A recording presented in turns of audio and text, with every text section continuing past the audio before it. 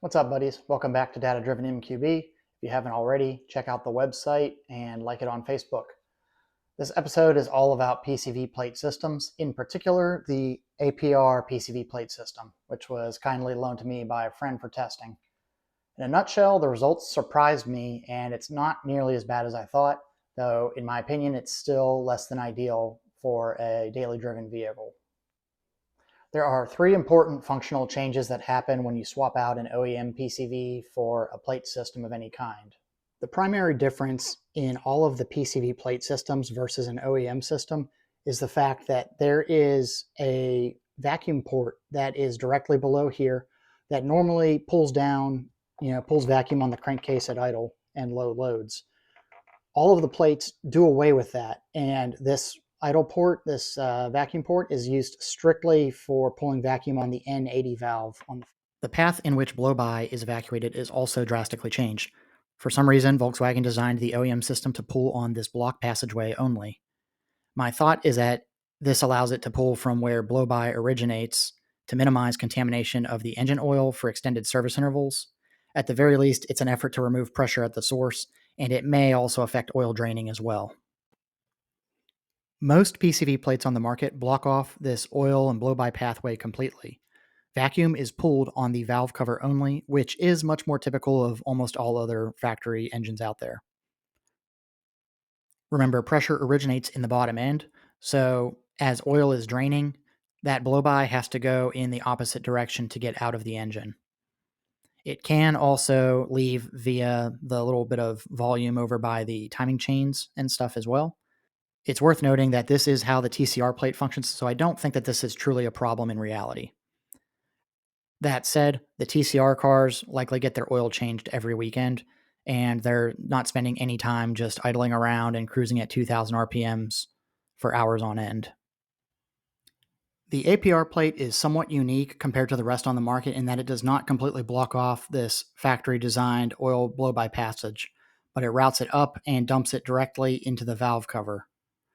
There are baffles inside of this box that separate the oil tube and this AN fitting that goes to the turbo inlet vacuum source.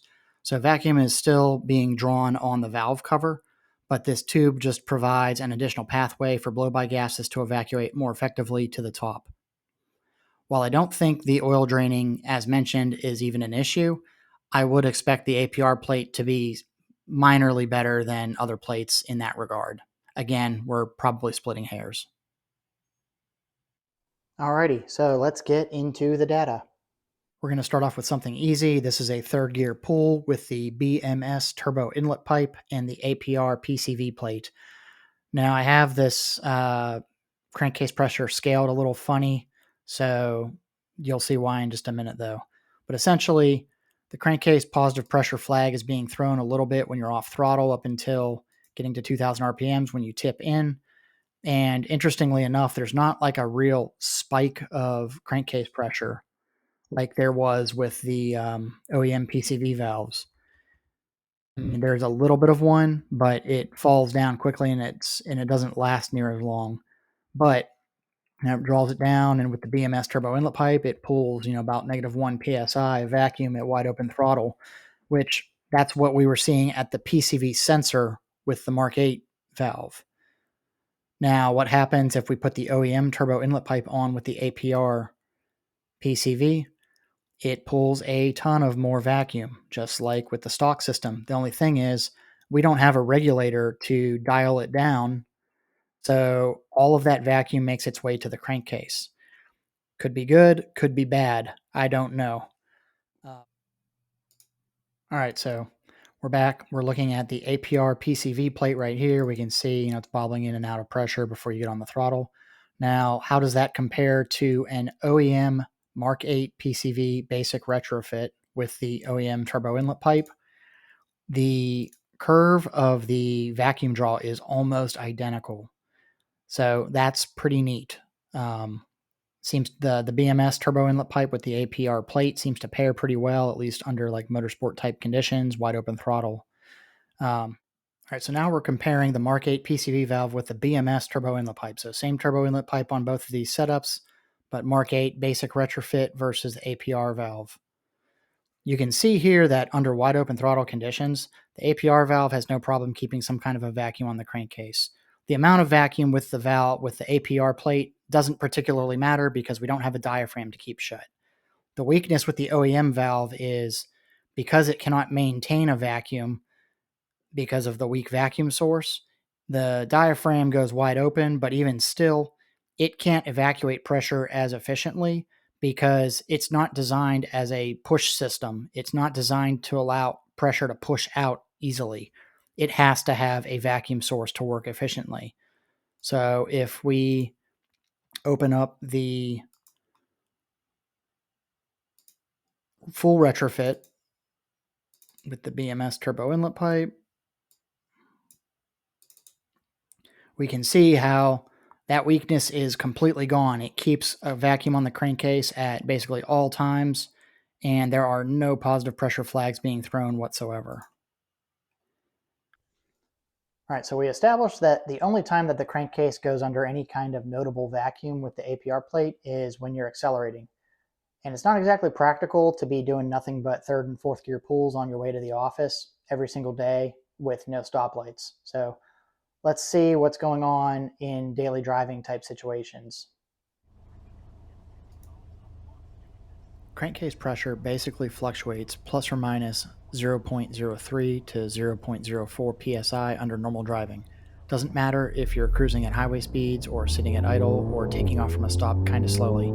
Anytime you're not getting heavy into boost, there isn't any kind of meaningful vacuum being pulled. Because the map sensor I'm monitoring my crankcase with is not really meant for detecting changes that small accurately, I had to put a lot more miles on the car to first get the 0 point calibrated because that point drifts approximately 0.04 psi as the car goes from dead cold to warm, with it reading more negative the hotter the car gets.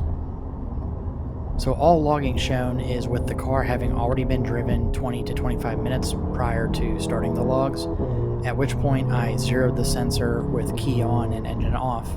I made frequent use of my normally disabled start-stop feature to check for sensor drift before, during, and after on several longer test drives.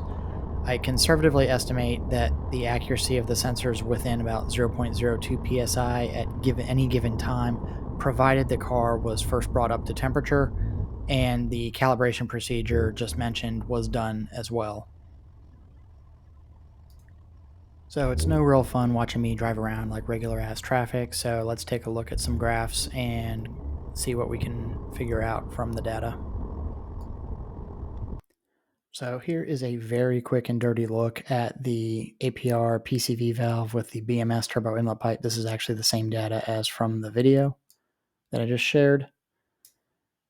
And you can see here the average crankcase pressure over the entire 20-minute drive was about negative 0.01 psi over that entire period.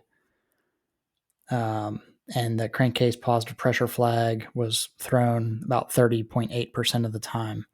One interesting thing to note is if we zoom in here, because we know for a fact that there is some kind of positive pressure because it blows oil out of the cap at idle if you were to remove it. The car is idling right here, sitting at a stoplight, and it's reading in negative pressure as an average, and it actually never reads any positive pressure whatsoever, even bouncing up and down over. So chances are this particular drive might have been reading a little bit artificially low. Now, again, we are really splitting hairs just because these are such small amounts of pressure, but what is really neat is how you can see the pressure waves from the combustion events happening at idle. So did things appreciably change while putting the OEM turbo inlet pipe on? Not particularly for daily driving type stuff. This was on a drive home from the office, and again, it flagged about 30% of the time as far as being in pressure. Again, very, very little pressure overall, but worth noting that the average crankcase pressure over this entire 45-minute or so drive was, hovering within, a couple tenths of or a couple hundredths of zero. Now, this is not the same drive whatsoever, so it's not really a fair comparison, but just for a point of reference, this is with the Mark 8 Basic retrofit valve. I'm going to take about the last 10 minutes or so of it, and we can see the crankcase pressure flag is thrown about 1% of the time, and the average crankcase pressure during that period is negative 0.85 psi. If we bring in that driving data from the APR plate, you can see the APR plate pressure rides up here at like all times, whereas most of the time under normal conditions, the Mark 8 valve is down here. The same would go for a Mark 7 valve. This is without the Venturi. And if you've been following the channel for any time at all, then you know this right here, we're looking at a full retrofit with the BMS turbo inlet pipe, and it just never lets the crankcase go positive whatsoever. Like, not once. So this is, in my opinion, is the clear winner for a street-driven car, hands down. For reference, this is what came out of the APR catch can after about 100 to 120 miles of driving since I had emptied it the first time. What I was not expecting to find was the OEM turbo inlet pipe was full of oil after that time. This was with maybe a half dozen third and fourth gear pulls thrown in as well. The only thing I can think of is that the OEM inlet is just pulling too much vacuum, which sucks a much larger volume of air at a much faster rate every time you get into boost. So some of the oil vapors make it past the can and condense in the turbo inlet as it hits the cooler intake air. I'm not 100% sure that there are many people running an OEM turbo inlet with a plate system. I'd be curious to see if anybody who has one of these plates could throw their OEM turbo inlet on in an attempt to duplicate this. So what have we learned from this? For me personally, the APR PCV plate isn't quite as bad as I thought. Honestly, I think it's a solid option for a dedicated track car, or if you just can't make an OEM PCV work for whatever reason. We also learned that the plate is heavily dependent upon the turbo inlet pipe vacuum source being in a reasonable range. PCV plates pull an unregulated vacuum on the crankcase, so if your turbo inlet pipe pulls a lot of vacuum, it will likely fill the can faster, and or you'll still end up with oil in your turbo inlet pipe like I did, despite the catch can. I suspect this is because it's pulling all of the air, the blow-by, and the oil particles that are suspended through the can faster. So it results in them not getting caught, and instead everything condenses once the air hits the turbo inlet pipe and the cooler, relatively cooler incoming air. Me running the OEM turbo inlet pipe is probably a pretty wild scenario. Not a lot of people are going to run that with an APR plate, but also know that when you add boost, that's also going to result in more vacuum at the turbo inlet pipe. So if you have these issues, you might still need a way to lessen your vacuum levels because, big honkin' Turbo XL might be pulling a ton more vacuum even with the BMS turbo inlet pipe than with what my IS-20 is doing, of course. We also learned that the OEM PCV valve is a little bit more restrictive than the APR plate. I'm basing this strictly on the pressure spikes seen in third gear pulls with the BMS turbo inlet pipe in Mark 8 Basic retrofit form, but not with the APR plate. The OEM PCV valve only works effectively if there is an excess of vacuum available, which this turbo inlet pipe ruins.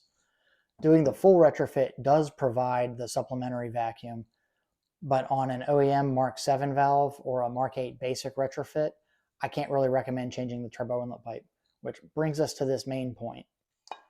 The turbo inlet pipe plays a massive role in how effective the PCV system is. It doesn't matter whether you're running a valve or a plate system. It's a system, and the turbo inlet pipe is a part of it. We know that the OEM PCV valves require a high vacuum to keep the diaphragm shut under more conditions than not, ideally. This keeps a low volume of air moving through it once closed. It's basically open just enough to just let blow-by peep through incrementally as it's created. PCV plates, on the other hand, need less vacuum because it's breathing through a wide open passage, meaning you need to keep the vacuum level down by comparison so that it doesn't suck such a huge volume of air with oil in it and it all just ends up in the catch can or the turbo inlet pipe if the catch can doesn't catch it all. If you want my personal opinion on what to run, if you have a dedicated track car that sees little to no street time, just go straight to a PCV plate. They're dumb reliable just because there's no moving parts to worry about or anything like that.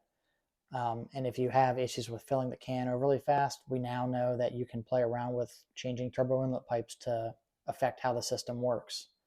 The APR plate system is solid and, in my opinion, is one of the better ones on the market right now, just strictly off of designs.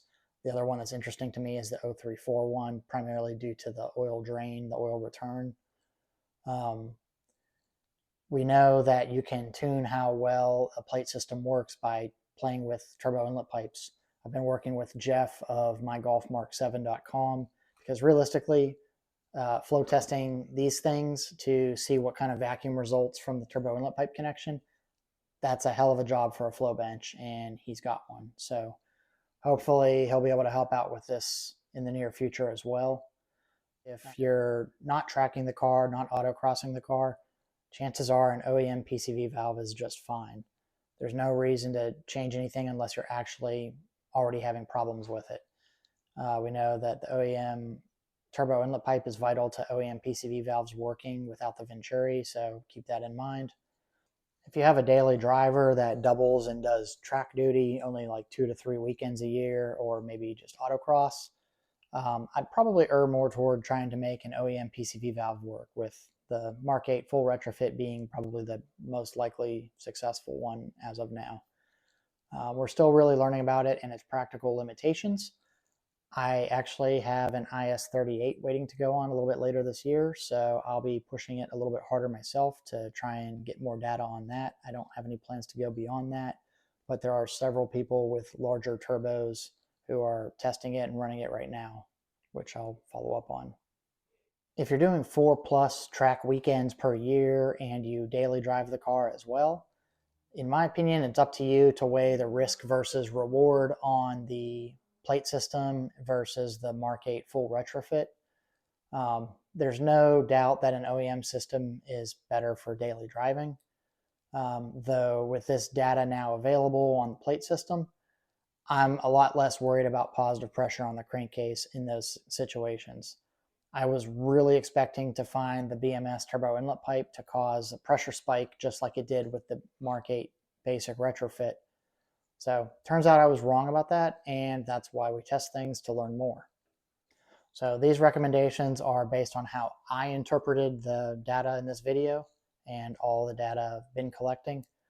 You don't have to agree with it. You can take it however the heck you want. Hopefully it helps you make an informed decision on what you feel meets your needs best, and you can weigh risk versus reward as far as whatever solution is going to most likely work for you. With that said, I do have one more trick up my sleeve to further track proof the Mark 8 full retrofit. Needless to say, I'm back to the Mark 8 PCV valve in full retrofit form. One unique thing about the Venturi is the fact that because it generates the vacuum on this hose here, adding this can after the turbo, well, what's normally the turbo inlet pipe connection, means that you don't have to wait for all of this volume to be pulled down into vacuum. There's no kind of delay or anything associated with that. So I'll be really curious to see what happens when I autocross it in a few weeks. Daily driving, the car has not gotten any oil in the can whatsoever. Like, I've checked it multiple times, haven't gotten a single thing. I have a feeling that majority of the oil separation happens inside of the internal air oil separator.